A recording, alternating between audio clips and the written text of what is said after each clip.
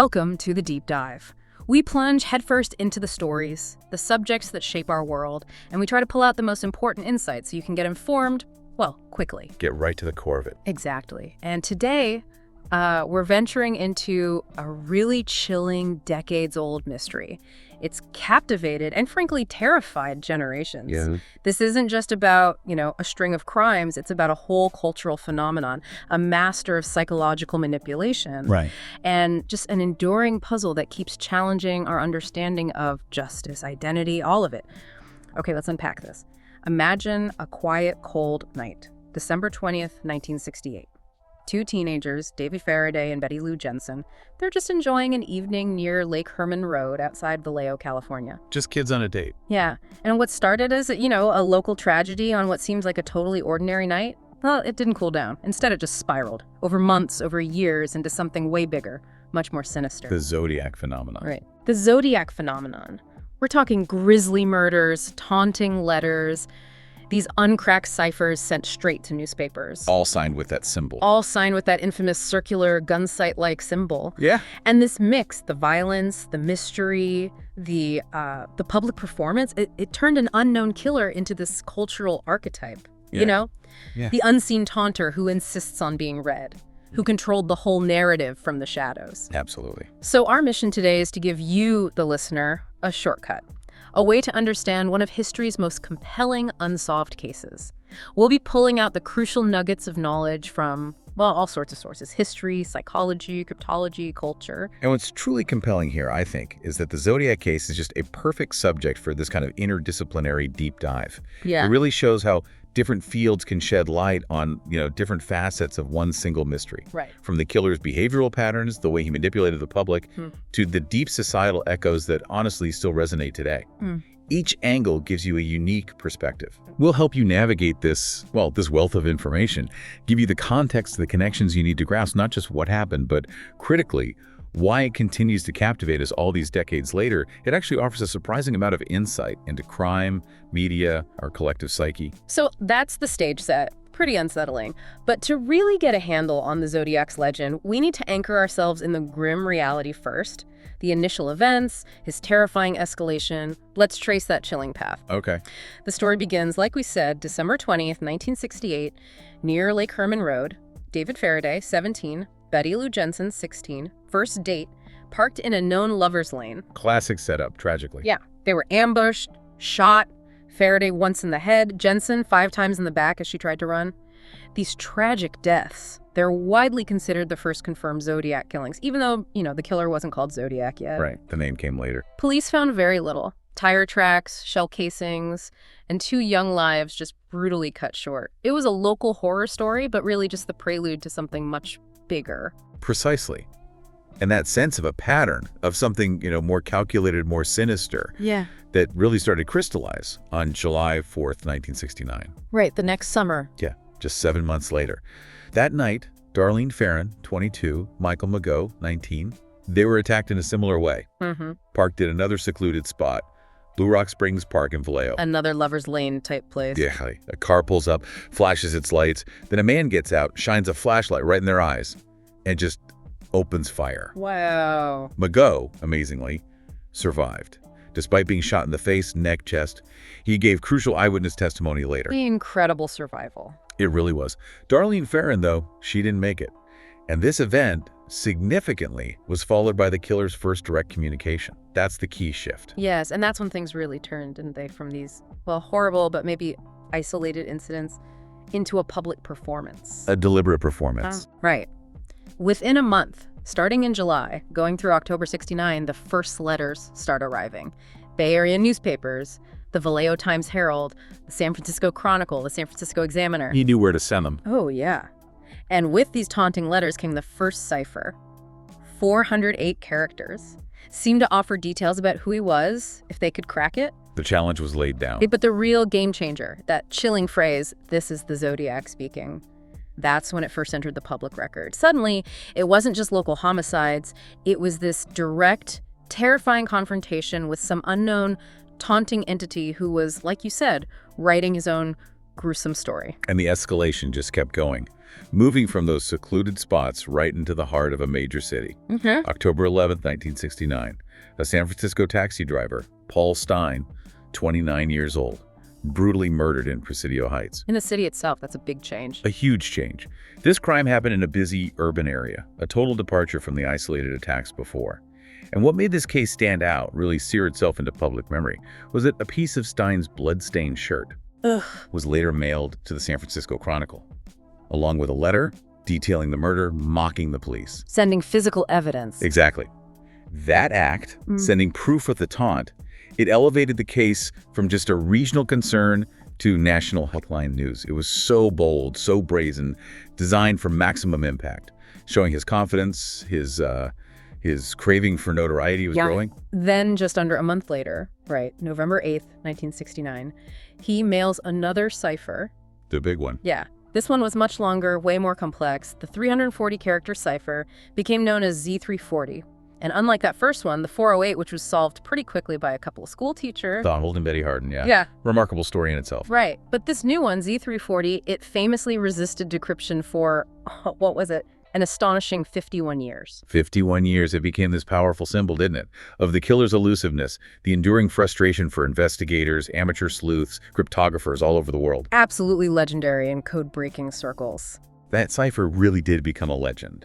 The holy grail for code breakers, as you said. But the Cryptologic chapter, it took this dramatic turn in December 2020. Relatively recently, then. Very recently. Yeah. An international team of, citizen code breakers, David Orenchak, a software engineer in Virginia, Jarl van Eyck, a Belgian computer programmer, and Sam Blake, an Australian mathematician. They publicly announced they'd solved Z340. Wow. A global civilian effort. Exactly. It was a monumental breakthrough, not just for the case, but really as a testament to collaborative modern cryptology. The solved message itself, though, it didn't reveal an identity. No name. No name. It was chilling, though. It said things like, "I hope you're having lots of fun and trying to catch me," and talked about collecting slaves for an afterlife. Ugh. Pure taunting. Pure taunting. It confirmed his sadistic glee, his sense of perverse grandiosity, but no smoking gun for identity. And the story doesn't stop in 2020. That partial clarity from the Z340 solution, it just poured fuel on the fire, didn't it? Renewed interest. Absolutely. From 2021 onwards, you see various amateur groups, retired law enforcement groups, like the Case Breakers, publicizing new suspects. Jerry Francis Post's name came up a lot. That's one name that got significant public attention, yeah. With claims of forensic connections, other circumstantial evidence being widely circulated. And this is crucial, law enforcement still officially has an open case. Right. Important distinction. Very. Conclusive, court-grade proof linking any of these named individuals to the Zodiac crimes. It's just not there in the public view. The FBI's official stance remains case open, highlighting that huge gap between compelling theories and legally admissible evidence. What's fascinating here, you almost feel it's chillingly intentional, is how the killer deliberately choreographed all these events. Yeah, orchestrated. Exactly. Each crime wasn't just violence, it was a public statement. Yeah. Almost an invitation for interaction, He understood the power of the media even back then to amplify his message, his terror. He wasn't just a murderer. No, he was a twisted performance artist using the press as his stage. That's a powerful way to put it. And it leads right into how those letters were as much media events as they were evidence. The local press, they were grappling with something totally unprecedented. What do you do? Exactly. They made the difficult call to publish the ciphers, the taunts, and that act, while maybe intended to help the investigation or inform the public, it inadvertently amplified Zodiac's psychological impact. It fed this relentless feedback loop, copycats, tips, just rampant speculation. A dangerous dance. It really was. A dance between the killer and the media, each influencing the other. It had profound, lasting consequences. Imagine being an editor then, knowing that printing these words gives a monster exactly what he wants, attention, a platform. But what if you don't print it? Right. What if not printing means withholding a crucial clue, something that could save a life? It was just an impossible ethical tightrope walk. And it's so important to remember the immense limitations investigators faced back then. Several early suspects, most famously Arthur Lee Allen. He was the big one for a long time. Huge focus on him. Some investigators dedicated their careers to him. But despite all that scrutiny, he was never charged. And a big reason was the forensics of the era. Right. pre-DNA. Totally pre-DNA. We're talking a time when DNA tech was non-existent. You couldn't process a single hair, a microscopic fiber for genetic material, let alone compare it definitively to a suspect. Trace evidence methods were primitive compared to what we have now. Handwriting analysis. Painstakingly subjective. Relied heavily on expert opinion, not objective digital tools. Even fingerprints, while potentially valuable, needed manual cross-referencing against these limited local databases. Not the vast, instantly searchable national systems we have today. They just lack the tools. They simply lack the technological tools we now take for granted to conclusively link suspects to crime scenes with that irrefutable proof needed for court. Okay, here's where it gets really interesting, I think. This case didn't happen in a vacuum, right? Not at all. It intersected deeply with the wider societal anxieties of the late 1960s. I mean, think about it. California then. It was a pressure cooker of social change. Yeah, tumultuous times. You had the Vietnam War raging, fueling huge protests, this deep distrust of government, the counterculture movement challenging every traditional norm, civil rights movements gaining ground, but facing violent backlash. And then events.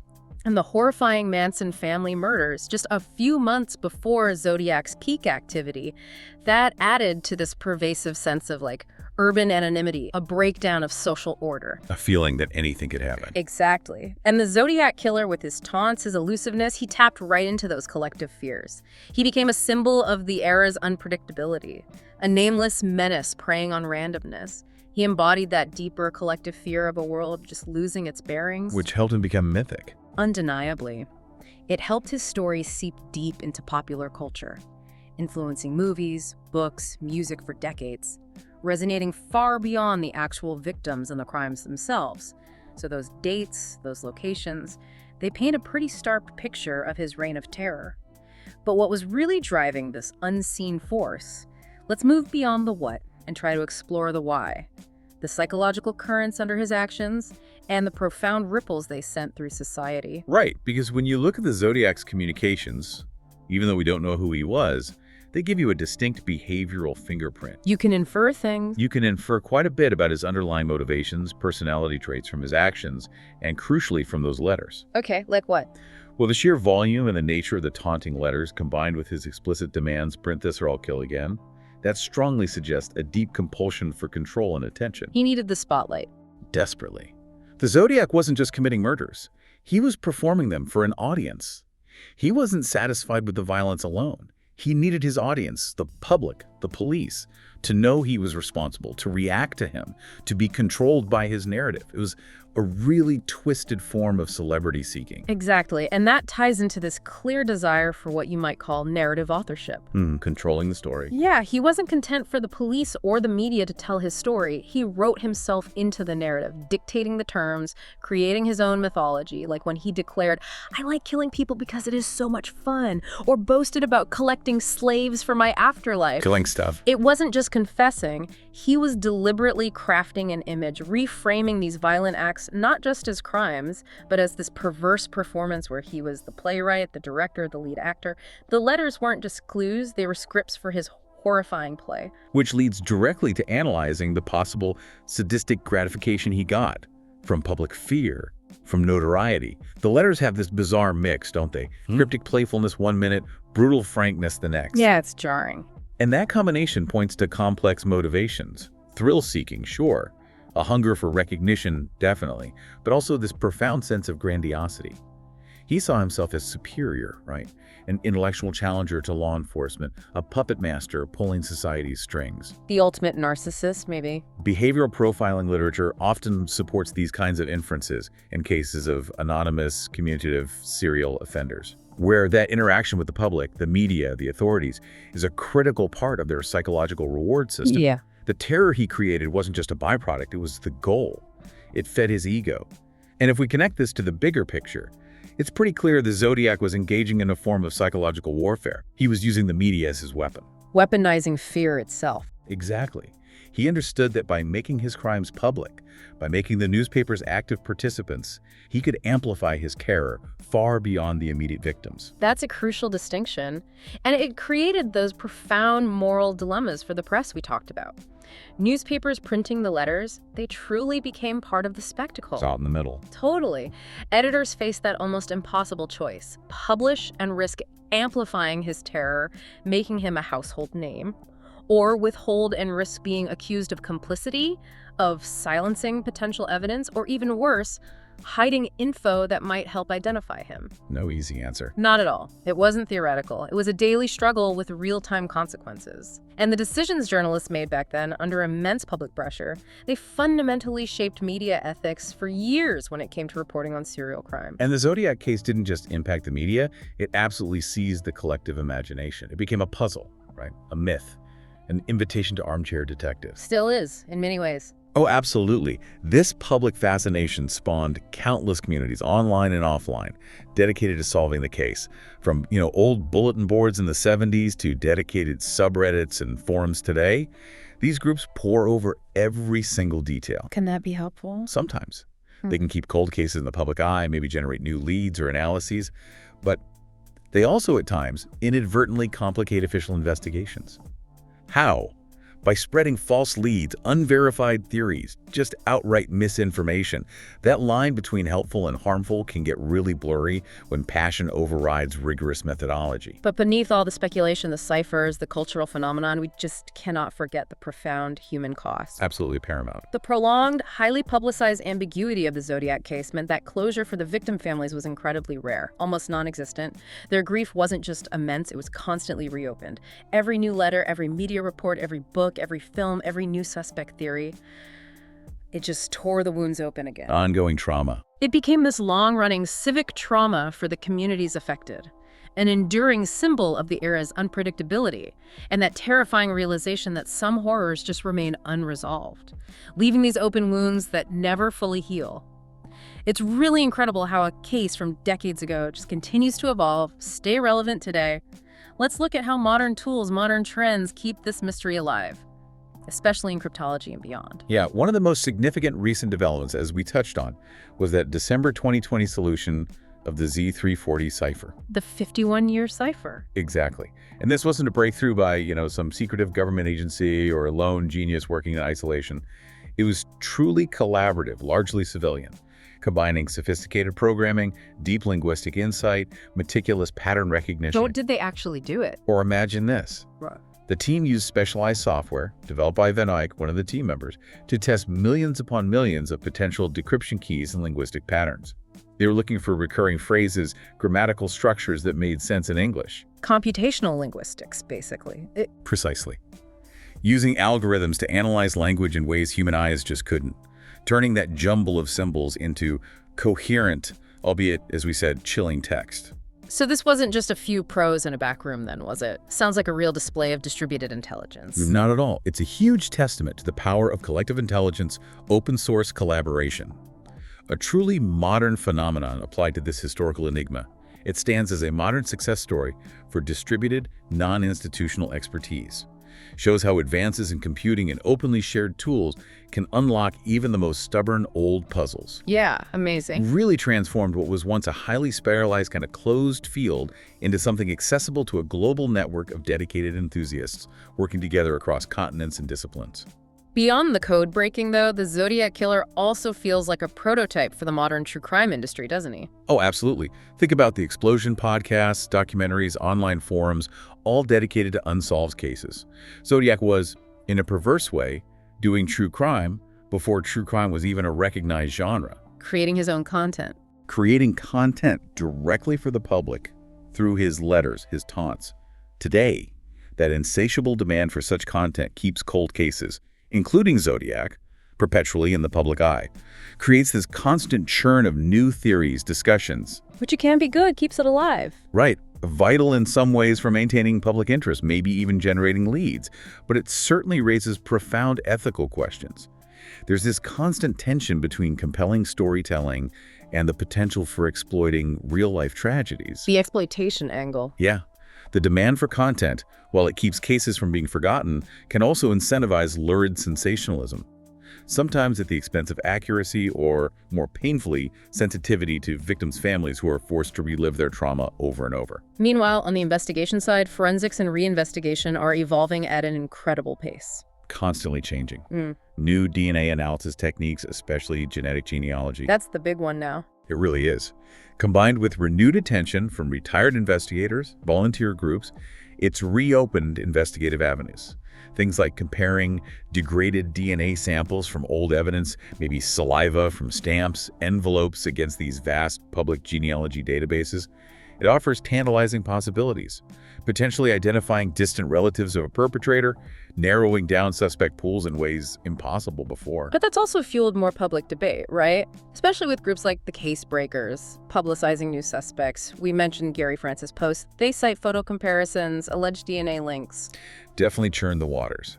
But law enforcement's handling of these assertions is often, and necessarily, very cautious. Why cautious if there's a lead? Because they operate under incredibly stringent evidentiary standards. This isn't just about feeling someone is guilty or having some suggestive photos. It's about evidence collected and preserved according to strict legal protocols. Evidence that can be presented and scrutinized in a courtroom without any doubt of tampering or mishandling. The chain of custody? Exactly. Without that unbroken chain of custody for physical evidence, even strong circumstantial leads can fall apart under legal challenge. It's the difference between a compelling story and a conviction. Which raises that important question again. How do we balance the exciting potential of new tech, enthusiastic amateur efforts with the rigorous demands of legal proof and due process, making sure justice is truly served and not just speculation amplified? Good question. And with a case this famous, running for this long, myths and controversies, they just pile up over the decades. It's so important to try and separate fact from fiction and maybe look at some less discussed aspects to get a clearer picture of the Zodiac legacy. It's really fascinating how much of the public narrative gets shaped by incomplete information or even outright myths. It creates this persistent distortion of the facts that often overshadows the genuine breakthroughs or the actual complexities. Okay, let's bust a couple of big myths. One of the most common. All Zodiac ciphers have been solved. Definitely false. Absolutely false. While we've had those significant breakthroughs, the Z408 cipher solved by the Hardins back in '69, and Z340 cracked in 2020 by that international team, there are at least two other ciphers attributed to Zodiac. The Z13, that's the 13-character one, and the Z32, 32 characters. They remain ambiguous, uncracked, or were possibly just trivial, maybe even fake-outs to begin with. Right, not enough material maybe? Could be. The mystery of his coded messages is far from fully unraveled, and some people even think there might be other undiscovered communications out there. And the other huge myth. We know who Zodiac is. Drives investigators crazy, I bet. I imagine so. Again, this is false, despite the strong convictions held by many people and groups. While countless individuals have been named as suspects over the years, Arthur Lee Allen, historically the main focus for so long, Gary Francis' post more recently, pushed by the Case Breakers, none of these claims have produced universally accepted court-grade proof. The legal standard just isn't met. Exactly. The FBI still officially calls the Zodiac Killer case open, underscoring that no definitive, legally recognized identification has been made. To just declare, we know who it is, really diminishes the painstaking ongoing work of law enforcement and ignores the high ethical standards required for legal proof. Beyond the myths, though, there are some controversial practices that have sprung up around the case, particularly involving amateur investigators. These volunteer groups, often driven by real passion, a genuine desire for justice, sometimes they publicize unverified evidence, or even more dangerously, accuse living people in public forums without enough corroboration or official oversight.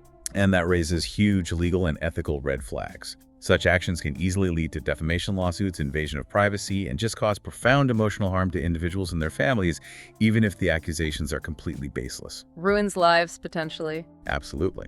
Plus, these unverified claims can often derail official investigations. They create noise, false leads, divert precious police resources away from more promising avenues. There's such a delicate balance needed between public engagement and responsible investigation, especially when people's lives and reputations hang in the balance. Another controversial practice, maybe fueled by the true crime boom, is media sensationalism. True crime can be educational, important, but re-airing violent details, especially decades later, can be incredibly re-traumatizing for victims' families. Yeah, the constant rehashing. There's a marketplace incentive for lurid presentation, right? And that constant rehashing of traumatic events, sometimes done without enough sensitivity or respect for the suffering involved, it inflicts ongoing pain on people who've already suffered more than enough. It's that tension again, informing the public versus exploiting tragedy for clicks or views. And often overlooked in the big public discussions are some of the, well, rarely discussed angles that maybe reveal the meticulous nature of the killer, or at least the forensic potential that existed even back then. Like what? Like the role of postal technology, for instance. Details like postmarks on the envelopes, the specific mailing patterns, even the type of paper and envelopes the killer chose. These all offered forensic clues that often get glossed over in the more dramatic storytelling. How so? Well, imagine the killer sealing his letter, dropping it into a specific mailbox. That postmark alone could tell investigators the exact date, the city, maybe even a general time window. The type of paper, the brand of envelope, the way it was folded, these seemingly mundane details could potentially reveal a surprising amount about his habits, his economic status, maybe even where he bought his supplies. It's detective work on a really micro level, often more telling than the grand pronouncements in the letters. That's a fascinating layer of detail. And similarly, there's linguistic forensics, another fascinating, though maybe underutilized avenue. Analyzing the words themselves. Exactly. The spelling mistakes, paradise, Christmas, the peculiar syntax, the rhetorical devices, even specific slang used in the Zodiac letters. It's rich material for what they call stylometric studies. A linguistic fingerprint. Kind of, yeah. Looking at unique word choices, sentence structures, common misspellings, to see if a piece of writing matches other known writings by a suspect.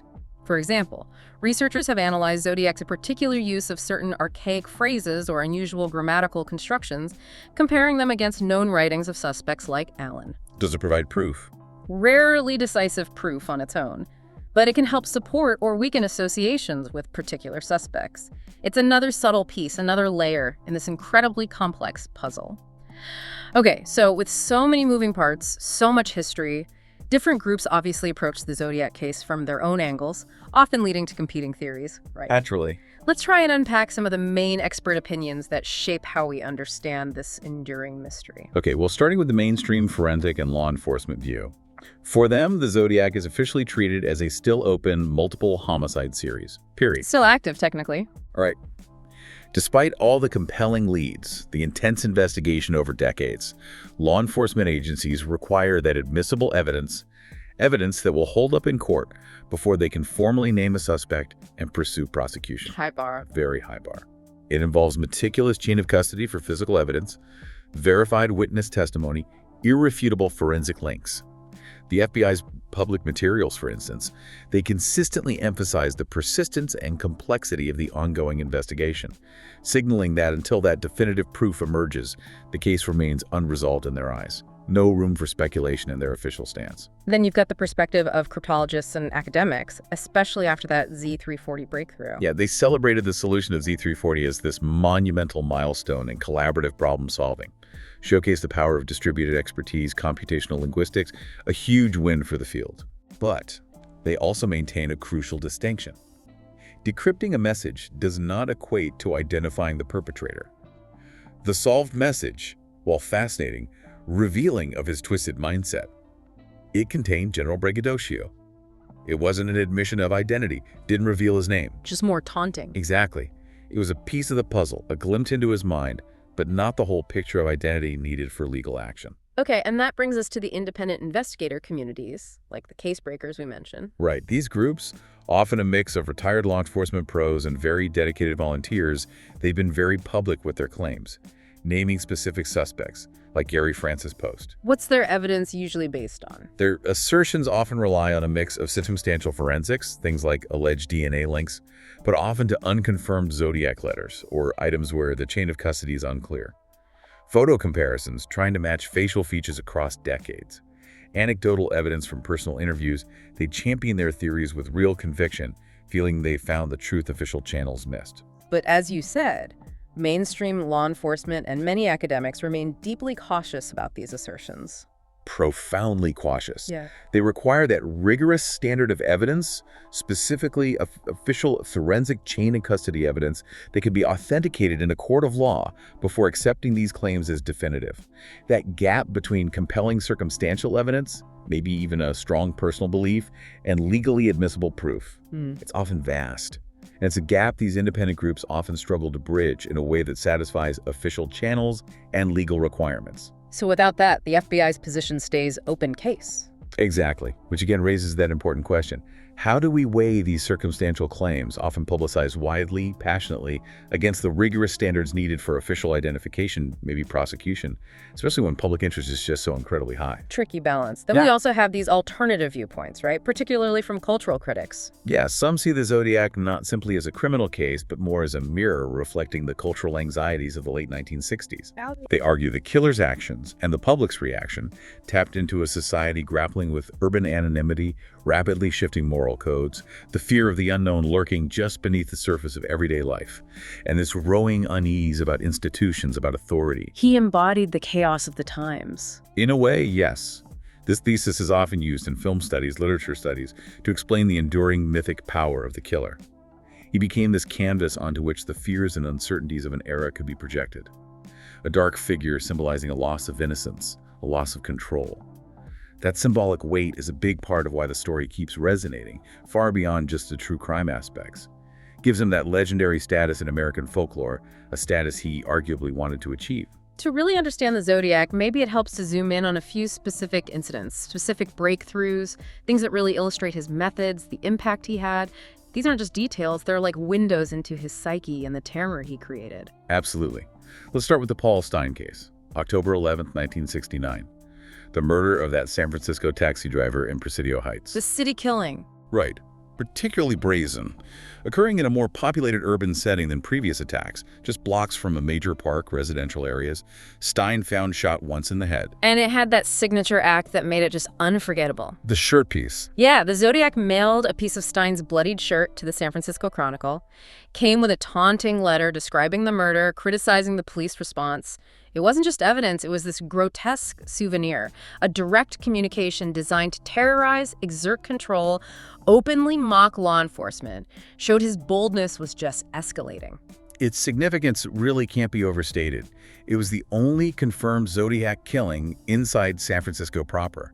It transformed the case from a regional curiosity into a national phenomenon, sparked panic across a major city. Made everyone feel unsafe. Totally. It starkly illustrated Zodiac's willingness to risk urban exposure for notoriety, proved he wasn't just lurking in the shadows of remote areas, he wanted to be seen, even if he wasn't caught. Craved that public attention, that public fear. Then there's Lake Berryessa, September 27, 1969. That attack was just bizarrely theatrical, ritualistic. The costume. Yeah.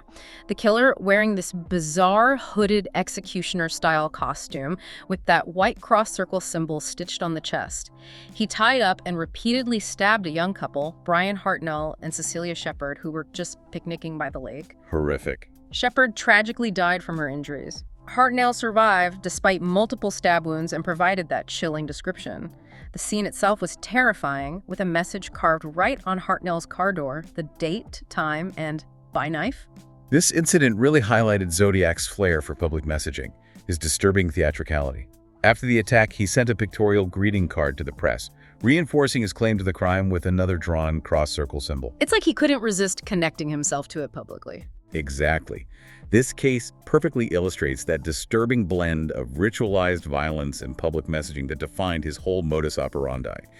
He wasn't just interested in the act itself, he was intensely interested in the audience's reaction, crafting this horrific, personalized spectacle for the entire world. Each incident reveals something different, doesn't it? Yeah, what's compelling is how each of these incidents reveals a different facet of his evolving MO, and that deep, undeniable desire for public interaction. And finally, let's look at the 340 character cipher, Z340 again. It really became the cryptologic case study of the whole saga, didn't it? Absolutely. For decades, that cipher was the holy grail for codebreakers, amateur and professional alike, a seemingly impenetrable message that symbolized the killer's intelligence, his elusiveness frustrated generations of cryptographers. Until 2020. Right. Its eventual solution in December 2020 demonstrated the immense power of computational linguistics, cross-disciplinary collaboration, a triumph of modern code-breaking techniques, a testament to what distributed intelligence can achieve when focused on a problem. But crucially, and this point is worth hammering home, it yielded phrases of braggadocio and dark humor, like, "I hope you're having lots of fun in trying to catch me, talking about slaves for my afterlife." It offered a chilling glimpse into his twisted mind. But not a name. This shows the fundamental limits of solving text without accompanying material evidence to identify the person. The message gave us a psychological profile, maybe, but not an identity that holds up legally. You know, the Zodiac is obviously more than just an American crime story. Its impact, how it's perceived, it varies significantly, even within the US, and definitely on a global scale. It's a testament to that universal fascination with unsolved mysteries, but seen through different cultural filters. That's very true. In the United States, particularly within the Bay Area, Zodiac is much more than just a true crime case. It's a local trauma, a civic legend, an open wound that hasn't quite healed for many. Still feels close to home there. Absolutely. The media archives in Vallejo, San Francisco, they're saturated with references, memorials, ongoing debates. Locally, the reactions are incredibly varied. You have obsessive amateur sleuthing, people dedicating their lives to pursuing clues, but you also have this profound fatigue among victim families who are often re-traumatized by the constant speculation, the sensationalism, sometimes just wishing this story could finally be left to rest. And internationally, how's it seen outside the US? Often, the case gets retold as a quintessential, unsolvable American serial mystery. It gets exported through books, podcasts, films, becomes a kind of benchmark for cold cases globally, symbolizing the frustrating elusiveness of some criminals. More focus on the puzzle, maybe.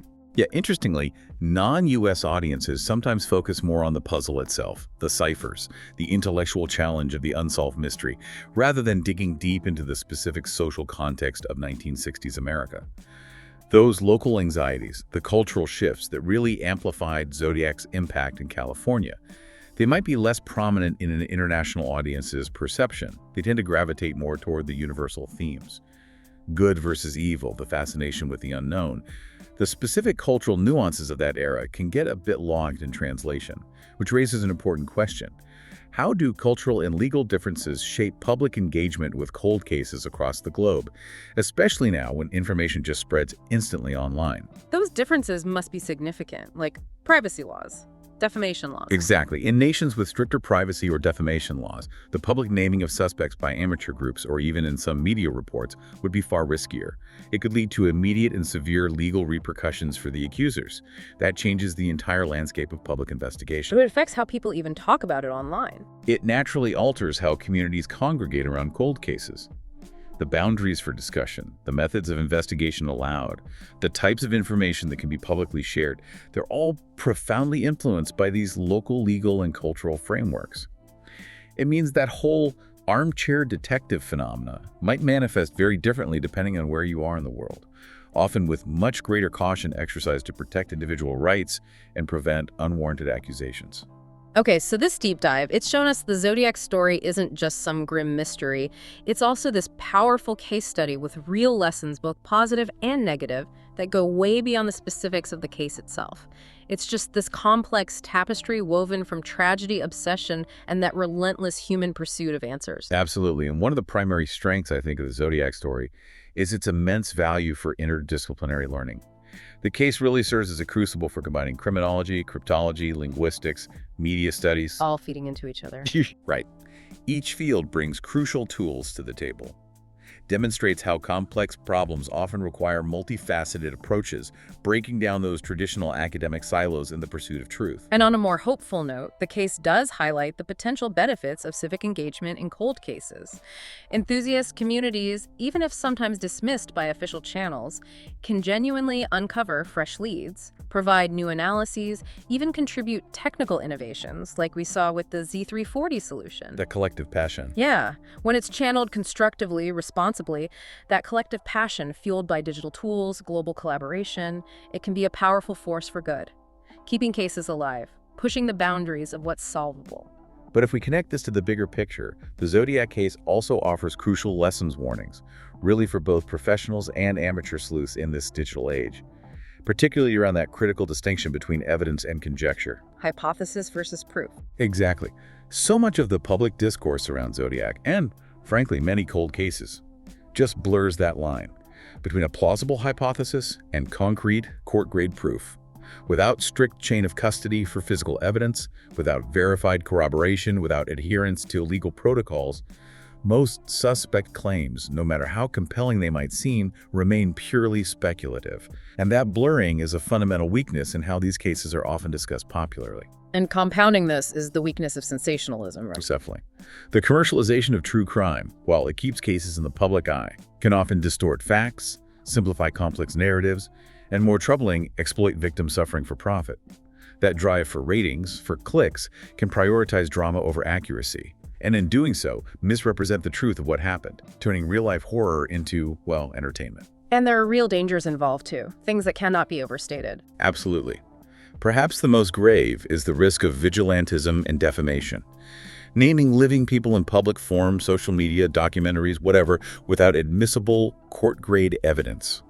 It can cause irreparable harm to reputations, to lives. It's not just an abstract ethical concern. Not at all. It has real, devastating consequences for individuals who might be entirely innocent, leaving them to grapple with public accusations, sometimes for years. And finally, we always have to remember the danger of re-traumatizing survivors. Always. Repeated retellings of violent details, especially when they're presented in sensational formats, can just reopen deep wounds for the families of victims. Their grief is immense, it's lifelong. And the media, along with amateur sleuths, really bears a profound responsibility to approach these stories with the utmost care, the utmost sensitivity, prioritizing compassion over spectacle. So, after all this, why does the Zodiac story persist? It's clear it sits right at the intersection of so many human fascinations, isn't it? The lure of unsolved puzzles, the horror of random violence, the power of media to amplify personal pathology, and just our inherent human urge to narrate things, to try and control fearful ambiguity by telling stories about it. Yeah, the unknown is often the most terrifying, and the Zodiac played on that masterfully, horrifyingly. He really did. Its longevity also teaches us a really practical lesson. While advances in technology, forensics, cryptanalysis, computing can dramatically change what is solvable, reveal new paths to understanding, true proof still requires careful, ethical, and legal craftsmanship. Tech is a tool, not the answer. Exactly. Technology is a tool, it's not a substitute for due process. It can't replace the painstaking work of traditional investigation and those rigorous evidentiary standards. So looking forward, this deep dive raises some pretty big questions for all of us, doesn't it? For you, the listener, we ask. How should communities balance that intense curiosity we all feel against profound compassion when engaging with unsolved crimes? Crimes that have real victims, real living families still affected. And, considering the breakthroughs but also the controversies, what norms should govern that interface between amateur sleuths and professional investigators in cold cases? How can these two worlds collaborate effectively, ethically, ensuring that passion serves justice rather than hinders it? And finally, as cryptology and artificial intelligence keep evolving, offering increasingly powerful pattern-finding tools, how will we responsibly apply them to historical enigmas like Zodiac without mistaking correlation for proof, or allowing algorithms to dictate justice where human oversight and legal rigor are absolutely paramount? Ultimately, the Zodiac case is both a cautionary tale and a living laboratory. It shows us how deep cultural anxieties and individual pathology can solidify into a decades-long public myth. Solving ciphers can bring tantalizing clarity, offer a glimpse into the mind of the killer. But solving identity requires the slow, painstaking work of evidence and the ethical restraint to let justice, not spectacle, lead the way. Thank you for joining us on this deep dive into the Zodiac Killer case. We really hope it sparked your curiosity, but also provided a clearer, maybe more nuanced understanding of this complex and enduring mystery. Yeah, and if you'd like to continue your exploration responsibly, we really encourage you to consult trustworthy resources. Start with the official FBI page on the Zodiac investigation that gives you its current status. A good historical summary. Good starting point. History.com also offers an excellent chronological timeline and context. For the cryptologic details, check out coverage of the Z340 solution from reputable sources like the Wolfram blog, or trusted news outlets like the Washington Post, ABC News, Global News. They often feature interviews with the code breakers themselves. Get it from the source. Exactly. And for reporting on more recent suspect claims, Rely on credible journalism from established outlets like Newsweek or People. They typically provide balanced perspectives on the ongoing debates and differentiate clearly between claims and confirmed facts. Always prioritize verified, evidence-based sources for accurate information.